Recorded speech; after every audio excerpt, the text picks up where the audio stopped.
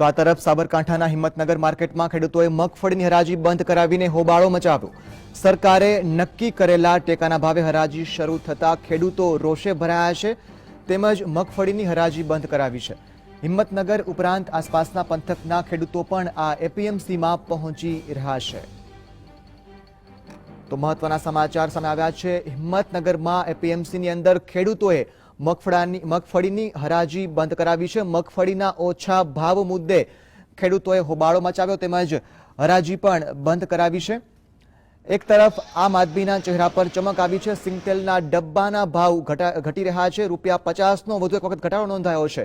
તો બીજી તરફ ખેડૂતોની પણ જે પરસેવાની મહેનત છે તે નિરર્થક સાબિત થતી દેખાઈ રહી છે। તેમને મગફળીના પૂરા ભાવ નથી મળતા, ઓછા ભાવ મુદ્દે તેમણે હોબાળો પણ મચાવ્યો હિંમતનગરની અંદર એપીએમસી માર્કેટની અંદર।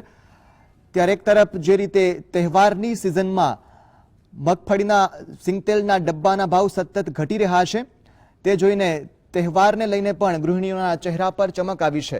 તો બીજી તરફ ખેડૂતો માટે પડ્યા પર પાટું જેવી પરિસ્થિતિ સર્જાઈ છે।